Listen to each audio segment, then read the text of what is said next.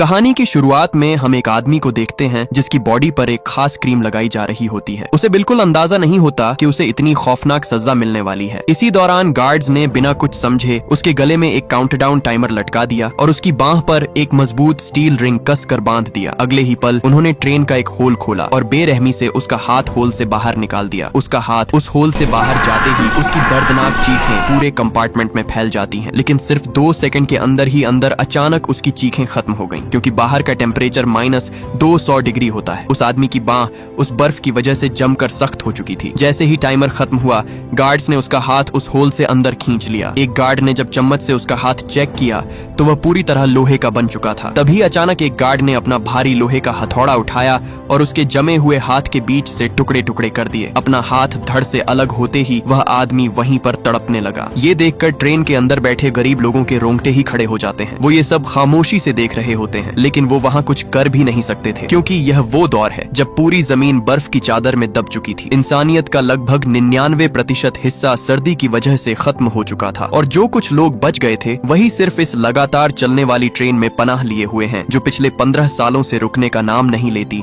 और इस जमी हुई दुनिया में गोल गोल घूम रही होती है। और अगर ये ट्रेन गलती से भी रुक गई तो इसका इंजन बर्फ की वजह से जम जाएगा और ट्रेन के अंदर बसे पूरे के पूरे लोग मारे जाएंगे। दरअसल इस ट्रेन के अंदर पूरी दुनिया बसी हुई थी। हर सेल एक अलग क्लास का था। सबसे पीछे टेल सेक्शन होता है, जहाँ पूरे 1000 गरीब और बदकिस्मत लोग थे। इन सब की जिंदगी किसी जेल से कम न थी। यहाँ न साफ सफाई होती और न ठीक से खाना। इन बेचारे लोगों को जिंदा रहने के लिए बस एक काले रंग की प्रोटीन बार दी जाती थी, जिसे खाकर वो अपना दिन गुजारते थे। उससे अगले वाले सेल में सब मिडिल क्लास लोग थे। लेकिन यहाँ के लोगों की जिंदगी गरीब लोगों से कहीं हद तक बेहतर थी, क्योंकि इन्हें यहाँ खाने के लिए साफ खाना मिलता था और पीने के लिए साफ पानी। इसके बाद आता है फर्स्ट क्लास सेल, जहाँ अमीर और VIP लोग रहते हैं। क्योंकि इन लोगों ने काफी तगड़ी रकम देकर टिकट खरीदा था, इसलिए इस सेल के सब लोगों को लग्जरी रहन सहन और VIP खाना दिया जाता। और इन सब लोगों का ट्रेन के सिस्टम पर पूरा का पूरा कंट्रोल था। ये जो चाहें वो कर सकते थे। तभी सुबह हुई और 2 गार्ड सेल के अंदर पहुंच गए। उन्हें वायलिन बजाने के लिए एक माहिर आदमी चाहिए था। ये सुनते ही एक बूढ़ा आदमी आगे बढ़ा। उसने कहा कि वह और उसकी बीवी दोनों वायलिन बजाना जानते हैं, लेकिन गार्ड्स को सिर्फ एक ही बंदा चाहिए था। लेकिन वो बूढ़ा आदमी अपनी बीवी के साथ ही जाना चाहता था, इसलिए उसने अपनी पत्नी को छोड़कर जाने से सीधा मना कर दिया। ये सुनते ही एक गार्ड ने उसकी बीवी पर हमला करके उसका हाथ तोड़ दिया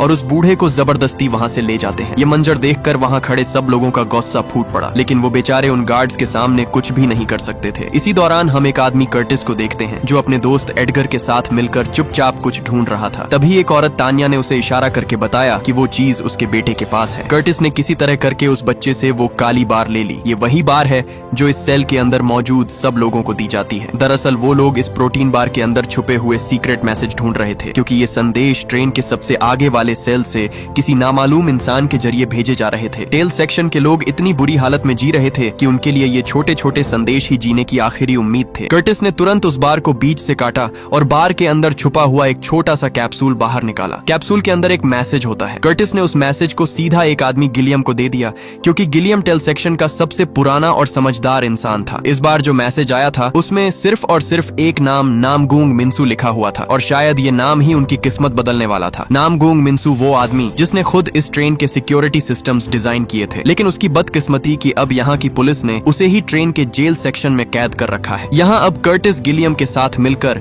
एक प्लान बनाता है कि अगर हमें यहाँ से आजादी चाहिए तो हमें किसी भी तरह करके नामगुंग को जेल से बाहर निकालना होगा, क्योंकि वही एक आखिरी रास्ता है। हम उसकी मदद से एक एक करके ट्रेन के सारे दरवाजे खोलते हुए सीधा इंजन तक पहुंच जाएंगे। अगर इंजन उनके कंट्रोल में आ गया तो सिर्फ ट्रेन ही नहीं, बल्कि वो सब इस ट्रेन को अपने काबू में करके सीधे फर्स्ट सेल के अंदर जा सकते थे। लेकिन आज सब कुछ बदलने वाला था। उसी रात सेल के अंदर एक औरत मेसन आती है। इस बार उनकी डिमांड और भी ज्यादा खौफनाक थी। उन्हें एक बच्चा चाहिए था। उस औरत ने आते ही सब बच्चों की हाइट मापना शुरू कर दी। ये देखते ही तान्या अपने बेटे को अपने पीछे छुपा लेती है, लेकिन तभी मेसन उसे देख लेती है और सारे गार्ड जबरदस्ती उस बच्चे को खींचकर वहाँ से ले जाते हैं। ये बच्चा वो लोग क्यों लेकर गए ये हमें आगे जाकर पता चलेगा। जैसे ही एंड्रू ने उसे जाते हुए देखा, उसका गुस्सा फूट पड़ा। उसने सब गार्ड्स पर हमला करके उस मेसन के सर पर अपना जोरदार जूता दे मारा, लेकिन मेसन बिना कुछ कहे उस बच्चे को लेकर वहाँ से चली जाती है। कुछ ही देर बाद सब गार्ड्स वापस आकर एंड्रयू को अपने साथ ले जाते हैं, क्योंकि अब उसकी सजा का समय आ चुका था। ये वही सजा थी जो हमने कहानी की शुरुआत में देखी थी। एंड्रयू का हाथ जैसे ही ट्रेन से बाहर गया, ठीक 2 मिनट के अंदर ही अंदर उसका हाथ तड़पती हुई बर्फ ने लोहे की तरह जमा दिया। गार्ड्स ने बिना किसी रहम के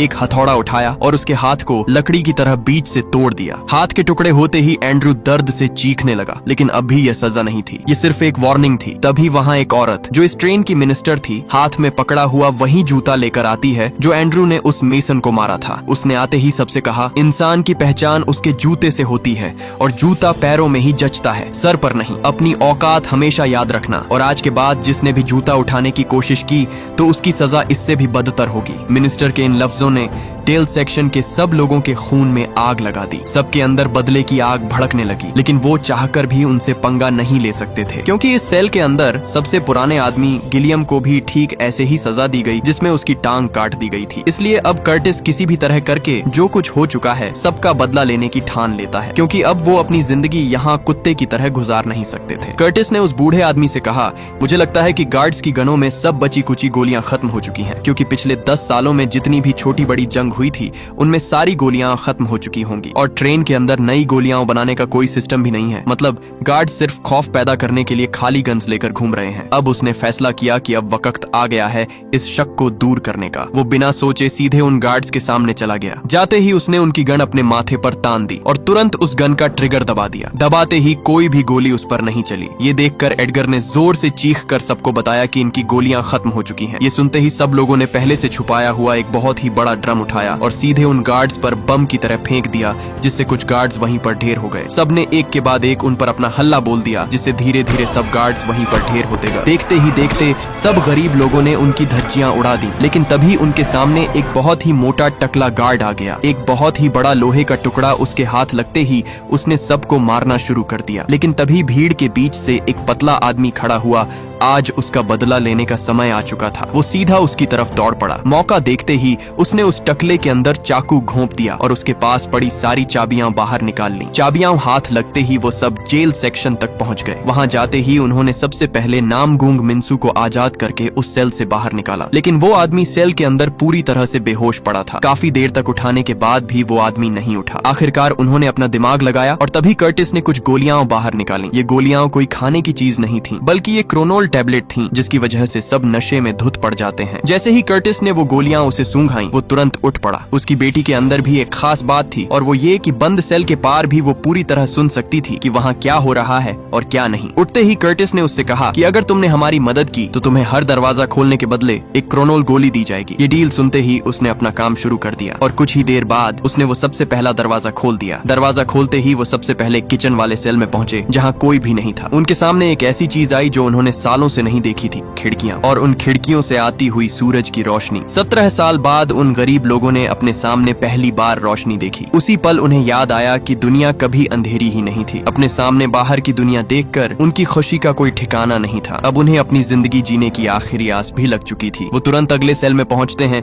जहां उनके सामने एक आदमी था जो टेल सेक्शन के सभी लोगों के लिए वो काले रंग की प्रोटीन बार बनाता था। जैसे ही कर्टिस ने झांक कर प्रोटीन बार को बनते देखा तो उसकी रूह कांप उठी, क्योंकि वो प्रोटीन बार सब जले सरे कॉकरोचेस को पीस कर बनाई जा रही थी। अपने सामने ये मंजर देखकर उसके रोंगटे खड़े हो गए, क्योंकि जो वो इतने सालों से खा रहे थे वो गंदे कॉकरोच का पिसा हुआ कीमा खा रहे थे। ये देखते ही कर्टिस उस आदमी को पकड़कर पीटने ही वाला था, लेकिन तभी उसने दिखाया कि उसे भी खाने में यही प्रोटीन बार दी जा रही है, क्योंकि यहाँ की मिनिस्टर ने उसे धमकी दी थी कि अगर उसने ये प्रोटीन बार नहीं बनाई तो उसे जिंदा मार दिया जाएगा। इसलिए कर्टिस मजबूरन उसे छोड़ देता है और ये बात किसी को नहीं बताता। वो जानता था अगर ये सच सबको पता चल गया तो लोग लड़ने से पहले ही हार मान जाएंगे, इसलिए वो इस राज को अपने अंदर दबा लेता है। कई सालों बाद उनके सामने ढेर सारी प्रोटीन बार थी, जिसे देखते ही वो अंधे की तरह टूट पड़े। इसी दौरान कर्टिस को एक और मैसेज मिला। जैसे ही उसने उसे खोला, उस पर वाटर लिखा हुआ था। ये एक सिंपल लफ्ज था, लेकिन शायद इसके पीछे भी कोई बड़ा राज छुपा हुआ था। कर्टिस ने जैसे ही वो संदेश उस बूढ़े आदमी को दिया,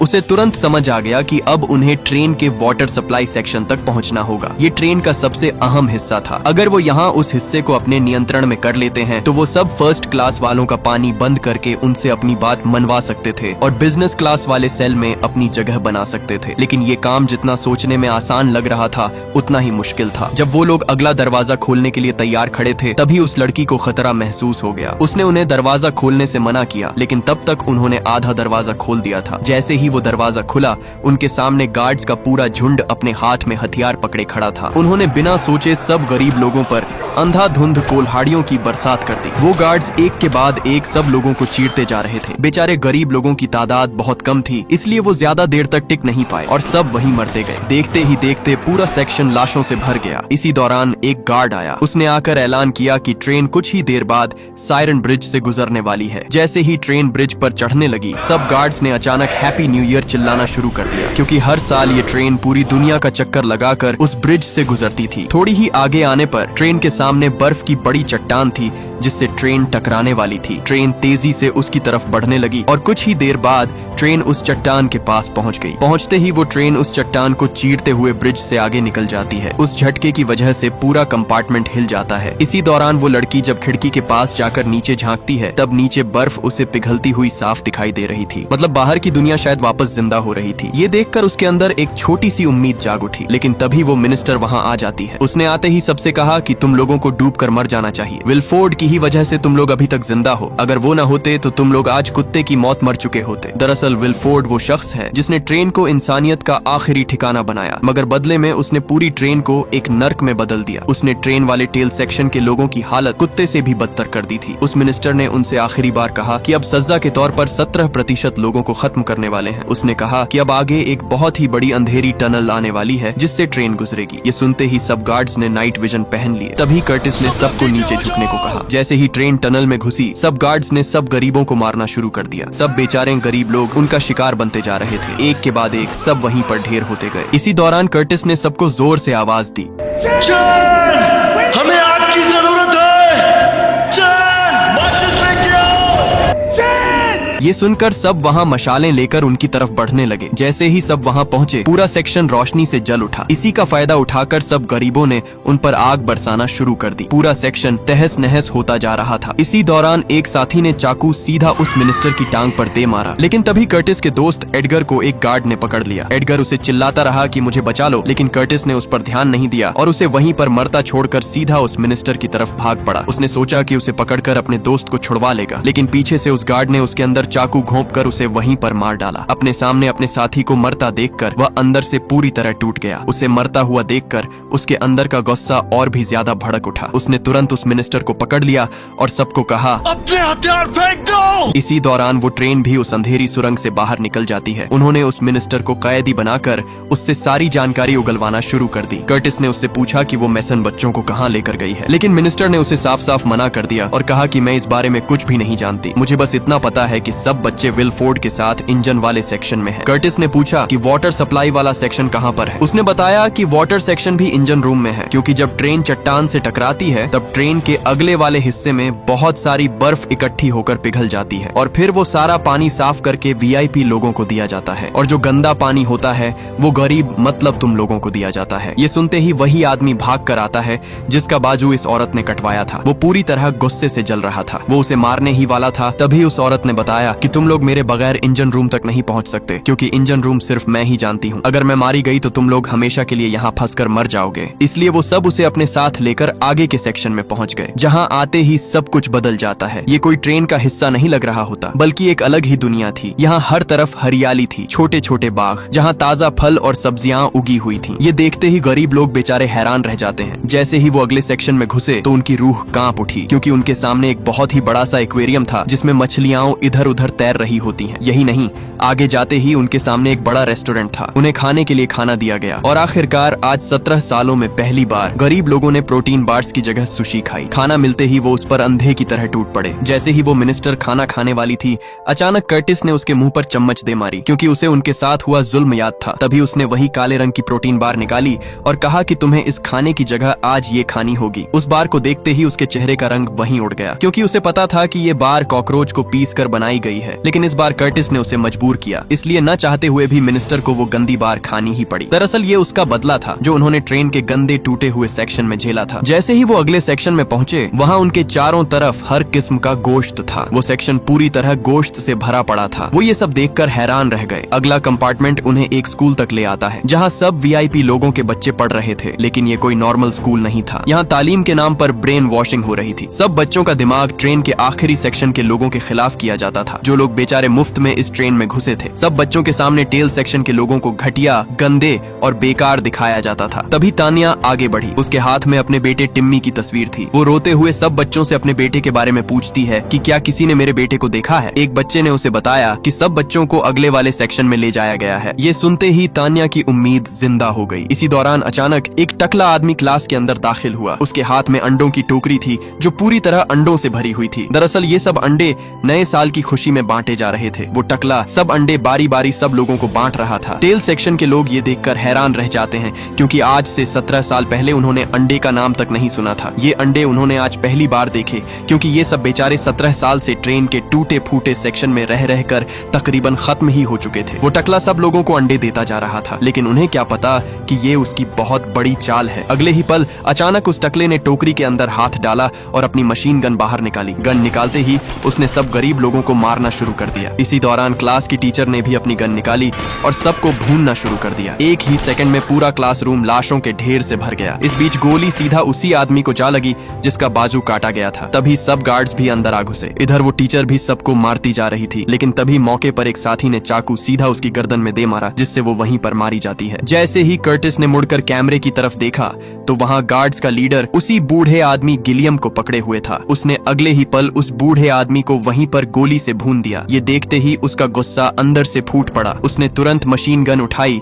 और बिना सोचे उस मिनिस्टर का काम वहीं पर तमाम कर दिया। अब वहाँ सिर्फ 3 लोग, कर्टिस, नामगूंग और योना ही बचे थे, और अब वो सीधे आगे इंजन रूम की तरफ बढ़ते हैं। वो आगे आगे सीधे अगले सेक्शन में घुसते जा रहे थे, जहाँ उनके सामने अस्पताल, दर्जी, ब्यूटी पार्लर सब कुछ भरा पड़ा था। जैसे ये ट्रेन नहीं बल्कि एक चलता फिरता लग्जरी शहर हो। एक कंपार्टमेंट में सब अमीर लोग पार्टी में धुत पड़े थे। कर्टिस अपने साथियों के साथ आगे बढ़ ही रहा था, तभी ट्रेन की दूसरी तरफ से गार्ड्स का लीडर उन पर अंधाधुंध फायर करने लगा। आगे से कर्टिस ने भी फायर किया, लेकिन उसका फायर बेकार था, क्योंकि उसकी गन छोटी होने की वजह से वो गोलियां ज्यादा दूर तक नहीं जा पा रही थीं। जैसे ही वो आगे बढ़े, सामने से वही गार्ड्स आकर उन पर अंधाधुंध फायर कर डालते हैं। इस अफरा तफरी के बीच गार्ड लीडर ने कर्टिस को काबू कर लिया और मौका देखते ही उसे चाकू घोंपने ही वाला था। अचानक एडगर ने अपना हाथ आगे कर लिया, जिससे उसकी जान बच गई, लेकिन किसी तरह करके उस गार्ड ने उसे पकड़ लिया और चाकू सीधा उसके अंदर घोंप दिया, और आखिरकार कर्टिस का करीबी दोस्त अपनी जान की बाजी हार ही गया। इसी दौरान जब कर्टिस ने उठकर उस औरत तानिया को देखा, तब वो अपनी जिंदगी की आखिरी सांसें ले रही थी, क्योंकि उसे भी गोली लग चुकी थी। उसने कर्टिस से कहा कि चाहे कुछ भी हो जाए,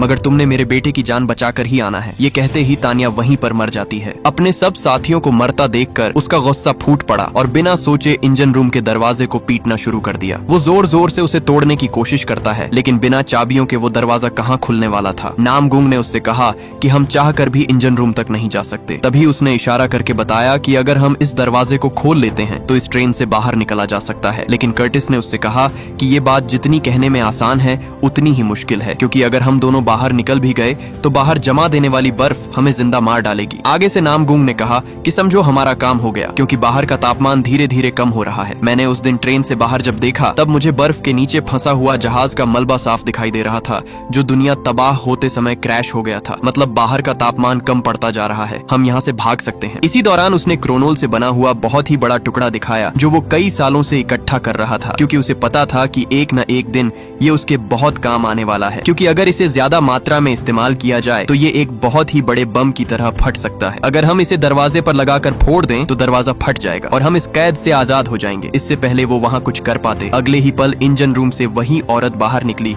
जिस पर एंड्रयू ने जूता फेंका था। आते ही उसने उस नशेड़ी आदमी नामगूंग पर गोली चला दी, जिससे वो वहीं पर ढेर हो गया। आखिरकार वो कर्टिस को इंजन सेक्शन तक ले आती है, जहां उसका सामना विलफोर्ड से होता है, वही आदमी जिसने इस ट्रेन के टेल सेक्शन वाले लोगों की जिंदगी कुत्ते की तरह कर दी थी। वो कर्टिस का वेलकम करता है। फिर उसने उसके सामने असली सच खोलना शुरू कर दिया। उसने बताया कि वो सारे मैसेज टेल सेक्शन में वो खुद जानबूझकर भेजता था, ताकि ट्रेन के लोगों के बीच जंग करवा सके, जिससे ट्रेन की पॉपुलेशन ज्यादा न बढ़े और ये ट्रेन ज्यादा देर तक चल सके। ये सुनते ही कर्टिस का गुस्सा फूट पड़ा, लेकिन अब वो वहाँ कुछ भी नहीं कर सकता था। दूसरी तरफ हमें नामगूंग दिखाई देता है, जो अभी भी जिंदा था, क्योंकि गोली उसके हाथ पर लगी थी, जिसकी वजह से वो बच गया। उसके सामने सब वीआईपी लोग खड़े थे और उसने और उसकी बेटी ने बिना सोचे सबको भूनना शुरू कर दिया, क्योंकि इन्हीं की वजह से ये पिछले 17 सालों से कैद में थे। थोड़ी ही देर बाद सब वीआईपी लोगों की बहुत बड़ी तादाद उनकी तरफ बढ़ने लगी। नामगूंग ने अपनी बेटी को आवाज लगाई कि जल्दी से ट्रेन के दरवाजे पर लगे क्रोनोल पर आग लगाओ। ये सुनते ही उसकी बेटी सीधा कर्टिस से माचिस की डिब्बी लेने के लिए भाग पड़ी, लेकिन तभी उसे नीचे से किसी की हलचल की आवाज सुनाई देने लगी। जैसे ही उन्होंने वो फ्लोर खोला तो नीचे वाला नजारा देखकर वो दोनों दंग रह गए, क्योंकि नीचे वही बच्चा था जिसे उस दिन पकड़ कर लाया गया था और वो ट्रेन का इंजन चला रहा था, क्योंकि इस ट्रेन को हर साल एक बच्चा चलाता था। इस ट्रेन के मालिक विलफोर्ड ने तो हद ही पार कर दी, जैसे वो बच्चा इंसान नहीं बल्कि इस ट्रेन का स्पेयर पार्ट हो। ये देखकर कर्टिस का गुस्सा 7वें आसमान तक पहुंच गया। उसने सीधा एक जोरदार मुक्का कसके उसके मुंह पर दे मारा और अपना पूरा जोर लगाकर उसे पीटना शुरू कर दिया। उसने तुरंत वो माचिस योना को दी और जल्दी से टिम्मी को बाहर खींचने लगा। किसी तरह करके उसने उसे बाहर निकाल ही लिया। उसी मौके पर योना ने क्रोनोल को आग लगा दी। आग लगते ही वो दरवाजा जोरदार बम की तरह फट गया। ब्लास्ट इतना खतरनाक था कि ट्रेन के आसपास की बड़ी बड़ी बर्फ की चट्टानें हिल पड़ी और सीधा उस ट्रेन पर आ गिरी। चट्टानों के गिरते ही ट्रेन पटरी से उतर गई और उसके सभी कंपार्टमेंट एक के बाद एक टूटकर बिखरने लगे। लोहे, आग, बर्फ सब कुछ एक ही जगह पर तबाही में बदल गया। इस हादसे में ट्रेन के लगभग सारे लोग खत्म हो जाते हैं। जैसे ही योना को होश आया उसने हर तरफ देखा, लेकिन उसके पिता और कर्टिस कहीं नहीं दिखाई दिए। वो जोर जोर से चीखने लगी, लेकिन तब तक बहुत देर हो चुकी थी। उस बम की वजह से सब लोगों के टुकड़े टुकड़े हो गए और खुशकिस्मती से उस मलबे के बीच टिम्मी और योना ही बच पाए। दोनों ने धीरे धीरे पहली बार अपने कदम बर्फ के बीच रखे। बाहर निकलते ही उनके चारों तरफ सिर्फ मलबा और बर्फ की बड़ी बड़ी चट्टानें थीं। दूर दूर तक वहां किसी इंसान का नामो निशान तक नहीं था। इसी दौरान उन्हें दूर एक सफेद भालू दिखाई दिया जो बर्फ के बीचों बीच जिंदा खड़ा था, और वही सबसे बड़ी निशानी थी, क्योंकि सच में ही बर्फ पिघल रही थी और यही उनकी आखिरी उम्मीद थी जीने की। और इसी उम्मीद के साथ ये कहानी यहीं खत्म हो जाती है। अगर आपको ये वीडियो अच्छी लगी हो तो इस वीडियो को लाइक और हमारे चैनल को सब्सक्राइब जरूर कीजिएगा।